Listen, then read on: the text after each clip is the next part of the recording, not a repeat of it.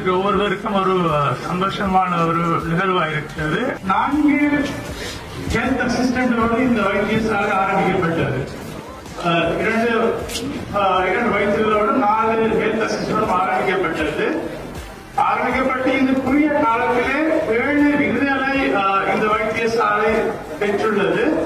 அத்தோடு 2024ஆம் ஆண்டு தேசிய விருது 2 விருதுகள் மட்டக்களப்பு மாவட்டத்திலே பாலர் வைத்தியசாலைக்கு PSSP திட்டத்தினூடாக 2 தேசிய விருதுகள் எங்களுக்கு கிடைக்கப்பெற்றது. அதிலே ஒரு விருது வினர் அவார்டு எங்களுக்கு கிடைத்தது. 2வது ஸ்ரீலங்காவிலே 4th place கிடைத்தது. மொத்தமாக நாங்கள் இந்த ஒரு குறுகிய கால பகுதியிலே 7 விருதுகளை நாங்கள் எடுத்திருக்கிறோம். இந்த நிகழ்வானது இந்த வைத்தியசாலை எந்த வேகத்தில் அபிவிருத்தி அடைந்ததோ அதே போல் இதனுடைய திறப்பு விழாவும் இடம்பெற்றிருக்கின்றது. எங்களுடைய ராஜாங்க அமைச்சர் அவர்களின் வேண்டுகோளுக்கு இணங்க ரூபாய் 13 மில்லியன் இந்த கட்டிடத்துக்கும் இதற்கு மேலதிகமாக வாட்டர் டேங்குக்காக 4 மில்லியன் எங்களுடைய கௌரவ ஆளுநர் அவர்களால் ஒதுக்கப்பட்டு மிக வேகமாக புனரமைக்கப்பட்டு திறக்கப்பட்டிருக்கின்றது. கிட்டத்தட்ட 17 மில்லியன் நிதி ஒதுக்கீட்டுல இந்த ஹாஸ்பிட்டலுக்கு டெவலப்மெண்ட்டுக்கு நிதி ஒதுக்கப்பட்டிருக்குது. எங்களால் கௌரவ அமைச்சர் வியாழேந்திரன் அவர்கள் பாராட்டியாகவும் சமைச்சார பார்த்தா பொறாமையும் இருக்குது. ஒரு கேப் விட மாட்டாங்க. Hospital, school, ground, light house எதுல உள்ள போந்து அரசாங்கத்தோட உதவியை பெற்று மக்களுக்கு வழங்க முடியுமோ அத்தனை உள்ள போயிட்டு ஒரு ரவுண்ட் எங்கிட்ட ஒரு இடத்துல போயிட்டு வந்துடுவார் லைன்ல. அப்படிப்பட்ட அரசியல்வாதிகளுக்கு எல்லா மாவட்டத்திலையும் இருந்தா எனக்கு எந்த இடத்துக்கு போயிடும். அடுத்த 2வது அமைச்சர் சொன்னார் என்னன்னா, இந்த பில்டிங் போட்டி வச்சிருக்கனால யாருக்கு லாபம்? கான்ட்ராக்டருக்கு லாபம் இல்லை, சுகாதார அமைச்சர் எழுத்துக்கு லாபம் இல்லை, யாருக்குமே லாபம் இல்லை. எதுக்கு இந்த பில்டிங்க போட்டி வச்சு விட்டுருக்கோம்?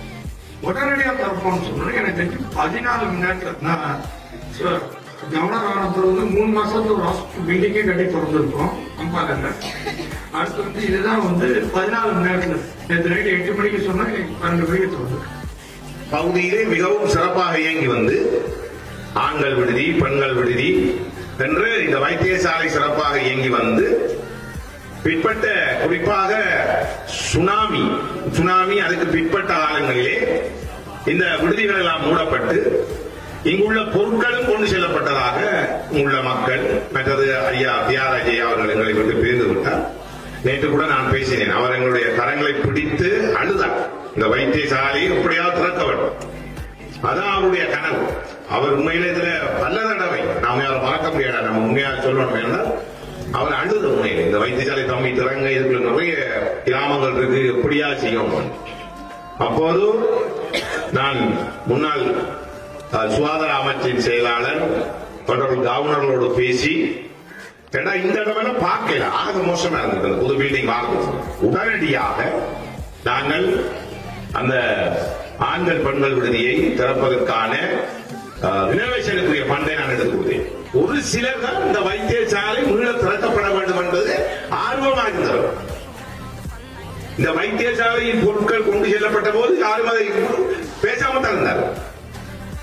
இந்த வைத்தியசாலை ஒரு மூடப்பட்ட நிலையிலும் பலர் பேசவில்லை. ஆனால் ஒரு சிலர், தியாகராஜ அண்ணன் போன்ற சிலர் மிக மும்முரமாக செயற்பட அமைப்புகள் இருந்த உண்டு போதவாமல் இருந்தார்.